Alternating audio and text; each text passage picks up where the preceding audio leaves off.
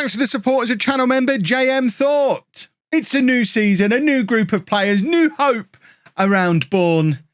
We've got to go up this time around. I am not going to be stuck in this league for 3 years.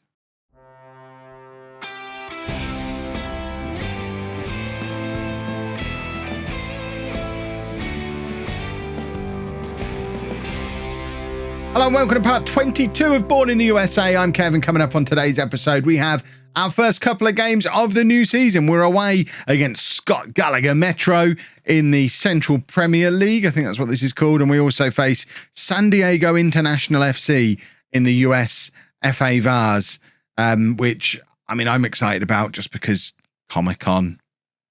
I want to go to San Diego Comic-Con and I want to go now. Although I suspect that might be, are they really way down?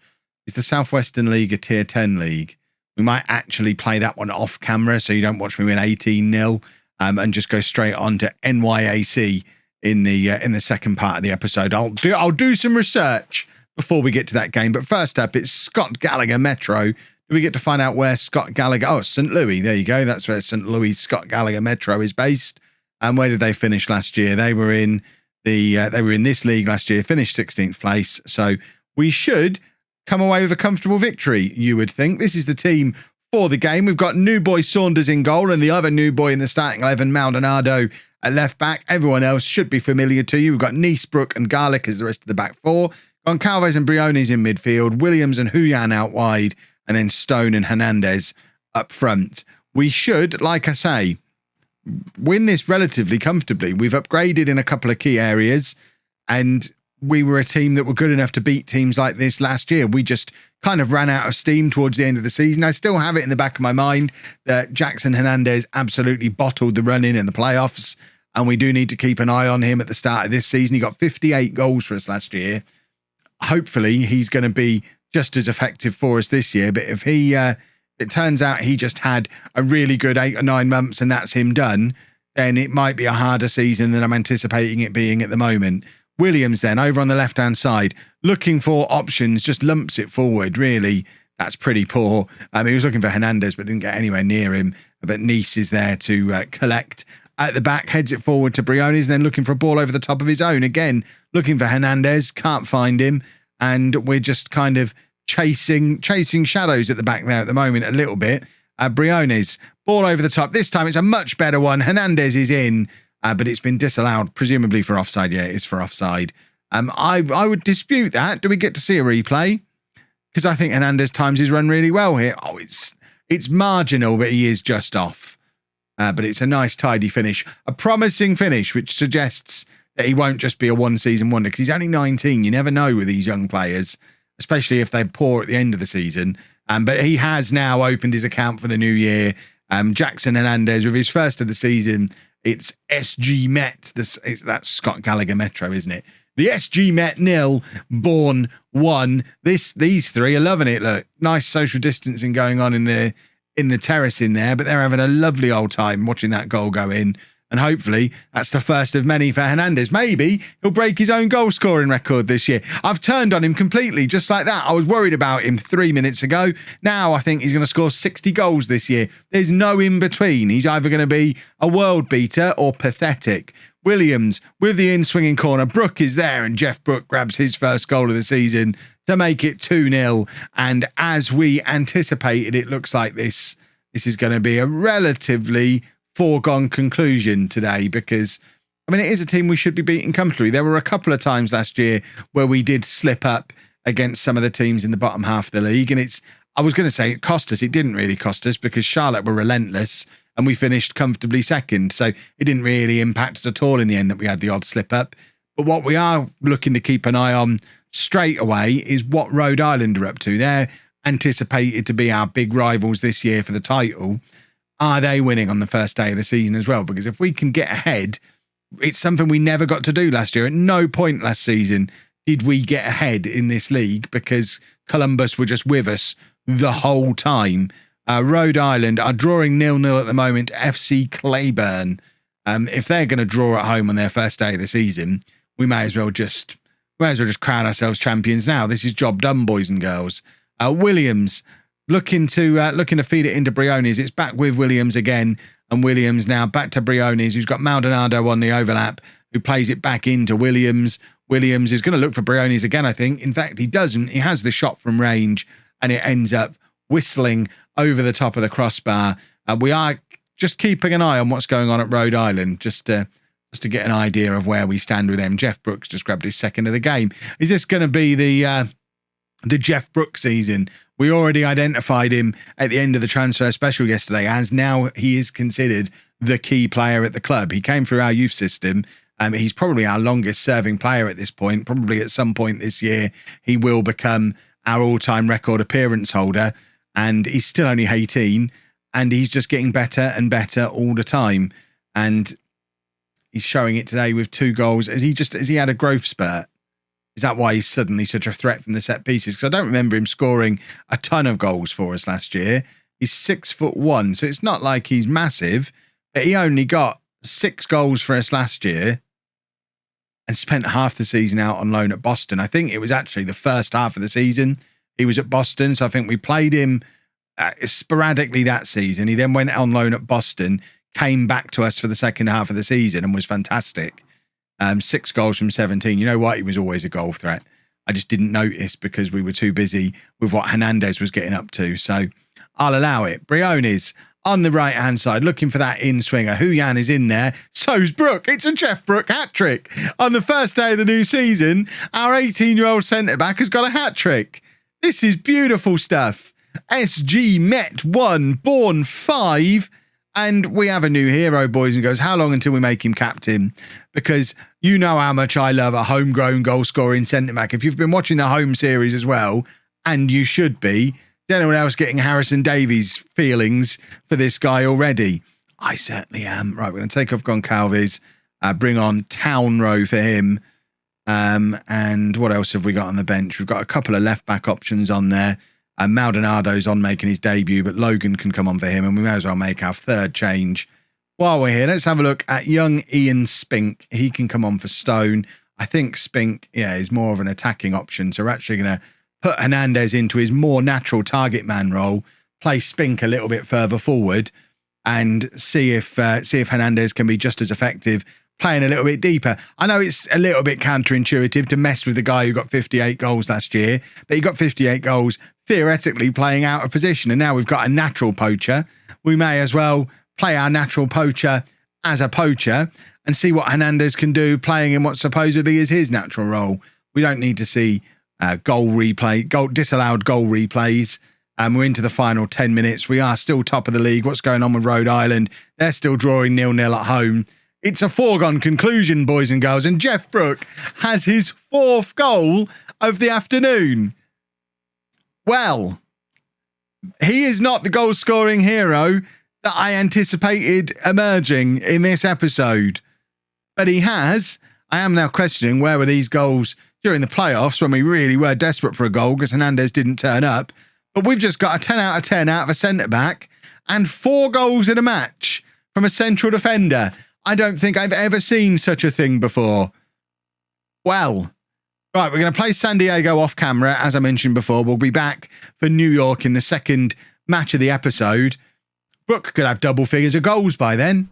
Comfortable victory in the FA Vars gets us through to the next round of that. Interestingly, Charlotte Academy did win that last year as well. So there's definitely a route through to us winning that if we're going to be the best team in this league, which hopefully we are. This is the team for the game against New York. I think it's the same side that played in the last game you saw. In fact, no, Flores is fresh in. We've just brought him into the side to have a look at him. But other than that, it is the same team.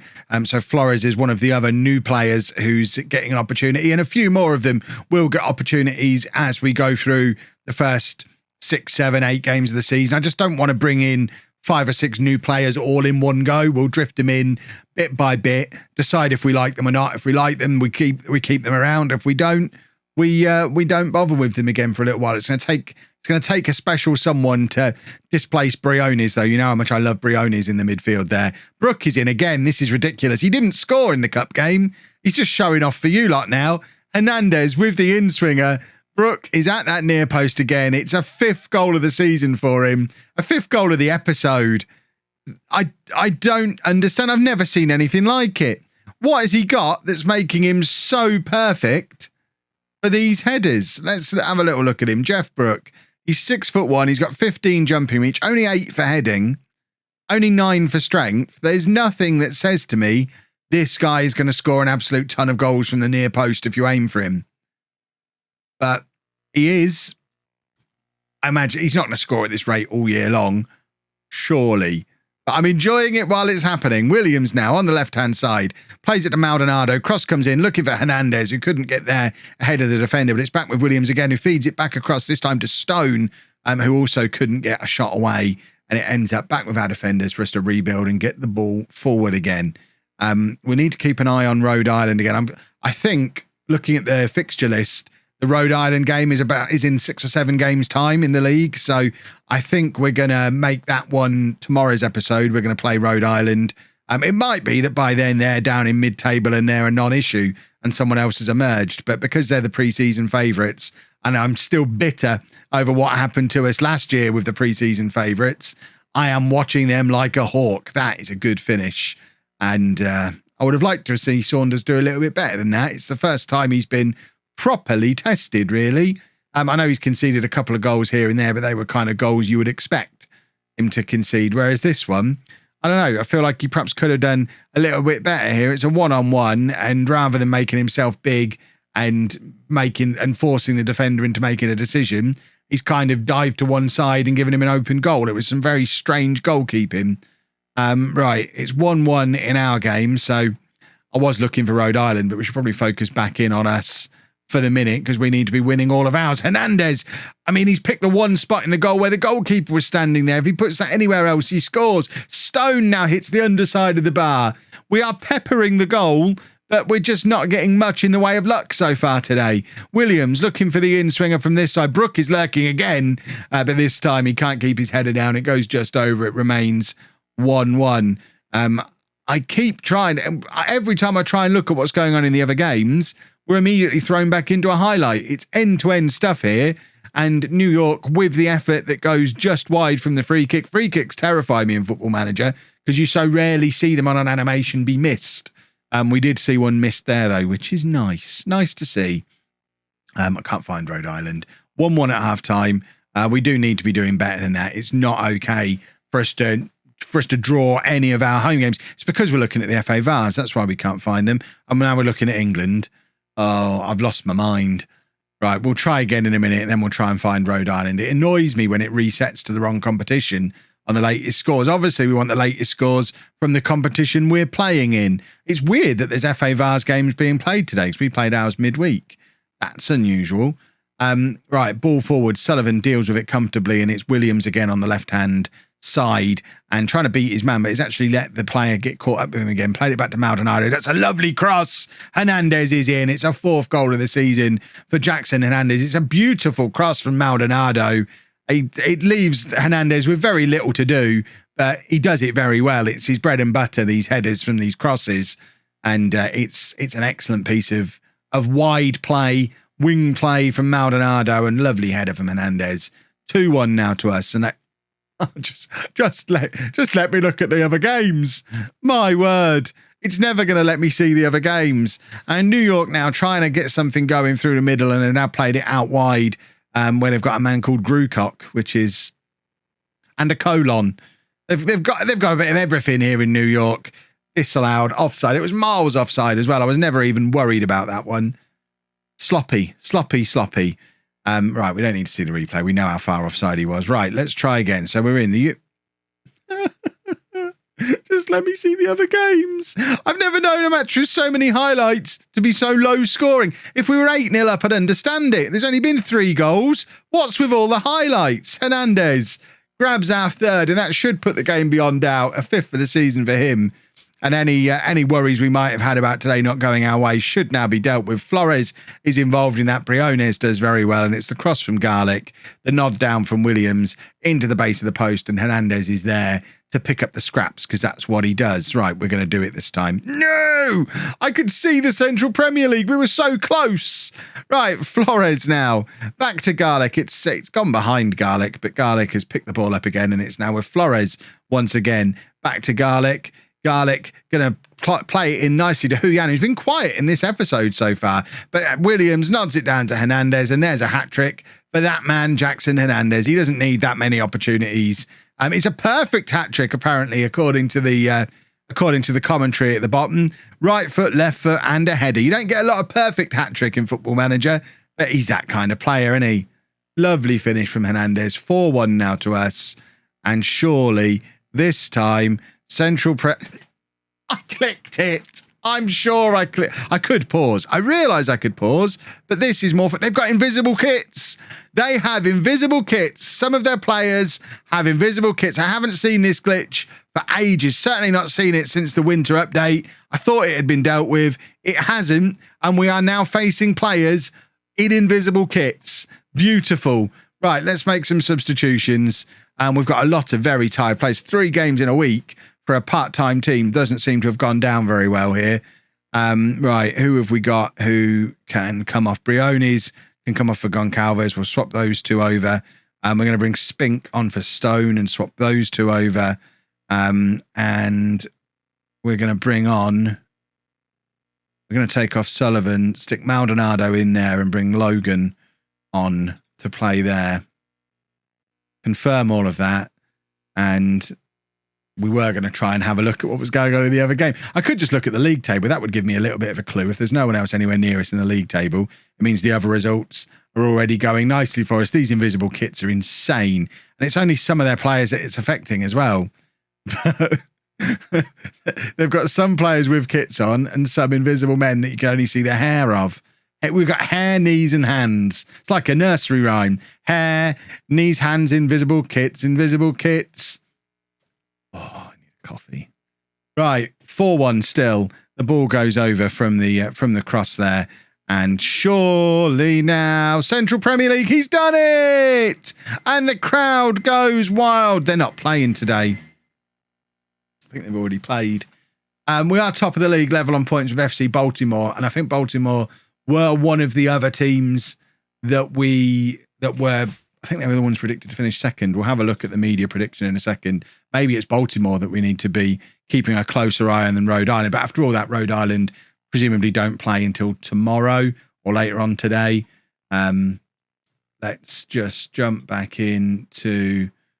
so, yeah, Rhode Island are down here, having only played 1 game. They play on Wednesday, so they're doing theirs midweek.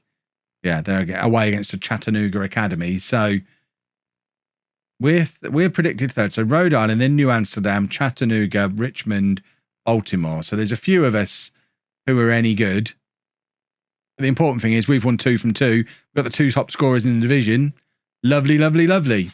If you've enjoyed that, please make sure you leave a nice big thumbs up on there for me. Subscribe to the channel for daily Football Manager videos. And thank you very much for watching.